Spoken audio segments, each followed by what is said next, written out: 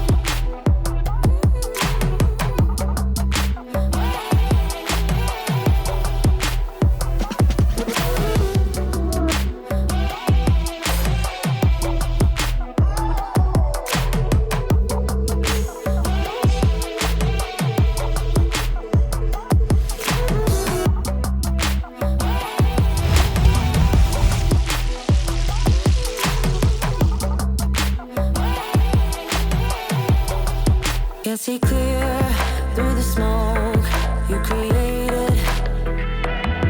I feel my feet on the ground.